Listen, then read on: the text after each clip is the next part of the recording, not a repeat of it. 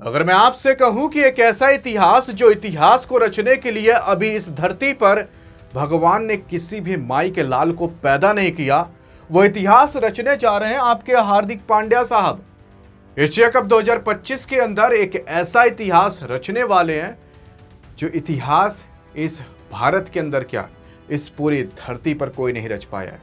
लेकिन सवाल ये उठता है कि आखिर वो कौन सा इतिहास है जो इतिहास इस धरती पर अभी तक कोई रच ही नहीं पाया है। क्या इतिहास वो रच भी पाएंगे? लेकिन अगर ये रच देते हैं तो क्या होगा, आइए जानते हैं। क्योंकि एशिया कप 2025 इस बार T20 फॉर्मेट के अंदर होने वाला है। यहां पर शब्द याद रखना, T20 फॉर्मेट। T20 फॉर्मेट का इसलिए इस्तेमाल किया जा रहा है क्योंकि एशिया कप 2025 2020 में खेला जाएगा, यानी कि 20 ओवर का खेला जाएगा।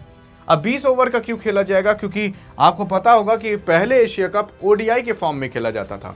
लगभग अभी तक 1984 से एशिया कप की शुरुआत हुई थी और 1984 में जब पहली बार शुरुआत हुई थी तो पहले ही साल भारत ने एशिया कप को जीत लिया था। अभी तक 1984 से लेकर 2015 तक 16 बार हो चुका है, लेकिन ये 2025 के अंदर जब होगा तो टोटल 17वीं बार हो जाएगा। लेकिन 16 बार में से अभी तक 2 बार ऐसा हुआ था जब एशिया कप T20 फॉर्मेट में हुआ था। वो सन 2022 था जब T20 फॉर्मेट के अंदर हुआ था और वो सन 2016 था जब T20 फॉर्मेट में हुआ था। लेकिन इन 2 अगर साल को छोड़ दें तब से लेकर अभी तक ओडीआई फॉर्म में हुआ। लेकिन सवाल उठता है क्यों? इसलिए क्योंकि जब भी बीसीसीआई या आईसीसी ये देखती है कि भाई अगले साल या फिर उस साल कौन सा वर्ल्ड कप है, उस हिसाब से अब इस एशिया कप को कराया जाता है। जैसे 2026 के अंदर T20 वर्ल्ड कप है, इसलिए एशिया कप को T20 फॉर्मेट में कराया जा रहा है ताकि इससे प्रैक्टिस हो सके जो खिलाड़ी खेल रहे हैं और जो टीमें खेल रही हैं। 2022 के भी अंदर T20 वर्ल्ड कप था तो इस वजह से वहां पर एशिया कप को T20 फॉर्मेट में कराया गया था। 2023 के अंदर ओडीआई वर्ल्ड कप था, इस वजह से 2023 के अंदर ओडीआई के फॉर्म में एशिया कप कराया गया था। तो इस वजह से एशिया कप इस साल के अंदर और T20 फॉर्मेट में क्यों कराया गया और ओडीआई फॉर्म में क्यों कराया गया, ये आपको पता चल गया। लेकिन अब सवाल ये उठता है कि जब भी T20 फॉर्मेट में कराया गया वो 2 साल, आखिरकार इन T20 फॉर्मेट में सबसे तगड़ा कौन इतिहास रचने की अब काबिलियत रखता है? क्योंकि ये देखो, अगर देखा जाए तो भारत जो है वो काफ़ी मैच खेलने वाला है इस बार।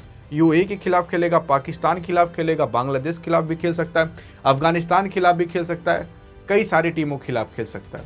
लेकिन अब सवाल ये उठता है कि भारत कितने मैच खेलेगा इस एशिया कप 2025 के अंदर? तो टोटल 7 मुकाबले खेलने वाला है।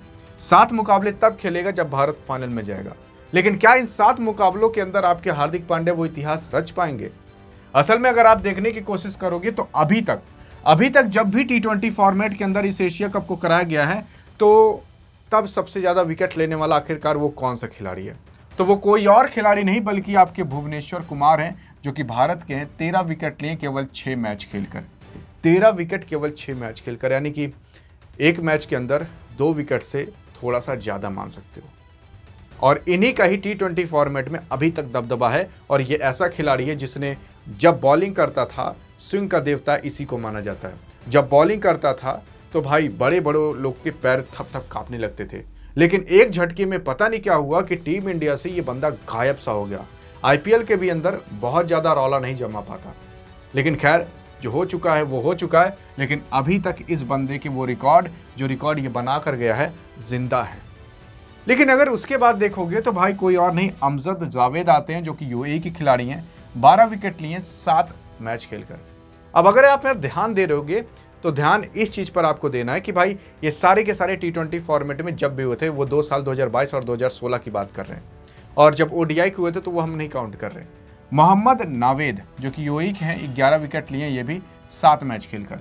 राशिद खान अफगानिस्तान के 11 विकेट लिए लेकिन 8 मैच खेलकर। विकेट सेम है लेकिन मैच इनके ज़्यादा, इस वजह से ये नीचे हैं। लेकिन 8 मैच खेलकर आपके हार्दिक पांड्या जो कि भारत के हैं, 11 विकेट लिए हैं। अभी आपके हार्दिक पांड्या आते हैं 5वें नंबर पर T20 फॉर्मेट में एशिया कप में सबसे ज़्यादा विकेट लेने वाले खिलाड़ी में। लेकिन मैं आपको कहूँ कि ये बंदा अब केवल इसी पे नहीं रहने वाला। मैं अब आपको ये बता देना चाहता हूँ कि इतना तो पक्का है कि भारत फाइनल में जाएगा, क्योंकि भारत से तगड़ी टीम इस एशिया कप के अंदर कोई है ही नहीं। क्योंकि इसके अंदर न न्यूजीलैंड, ना साउथ अफ्रीका, ना ऑस्ट्रेलिया, ना इंग्लैंड, ये सारी टीमें खेलती नहीं जो भारत को हल्का फुल्का टक्कर दे देती हैं। ये सारी टीमें खेलती नहीं, तो भारत को टक्कर देने वाला कोई पैदा ही नहीं हुआ। लेकिन अब सवाल ये उठता है, क्या हार्दिक पांड्या इतिहास रच सकते हैं? इतिहास यही है कि इन्होंने अभी तक 11 विकेट लिया है और हाईएस्ट विकेट 13 है। यानी कि अगर ये बंदा केवल 4 से 5 विकेट भी ले लेता है तो आप ये जान जाओ, ये दुनिया का इकलौता ऐसा खिलाड़ी हो जाएगा जिसने एशिया कप के T20 फॉर्मेट में सबसे ज़्यादा विकेट लिया हो। लेकिन सवाल ये उठता है, क्या भुवनेश्वर कुमार नहीं ले सकते? तो मैं आपको बता दूं, भुवनेश्वर कुमार एशिया कप 2025 खेल ही नहीं रहे, स्क्वाड के अंदर ही नहीं शामिल है। तो यानी कि इनके विकेट ना मैच कुछ नहीं बढ़ने वाले, बढ़ेंगे तो केवल हार्दिक पांड्या के। बाकी और किसी के अंदर दम ही नहीं है कि हार्दिक पांड्या की बराबरी कर सके।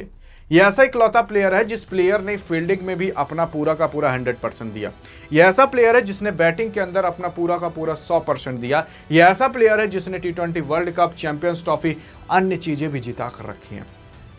लेकिन आप सोच सकते हो कि एक खिलाड़ी इन सब पर भारी कैसे हो सकता है? आप सोच सकते हो कि एक खिलाड़ी आखिरकार 3 रूप कैसे रख सकता है?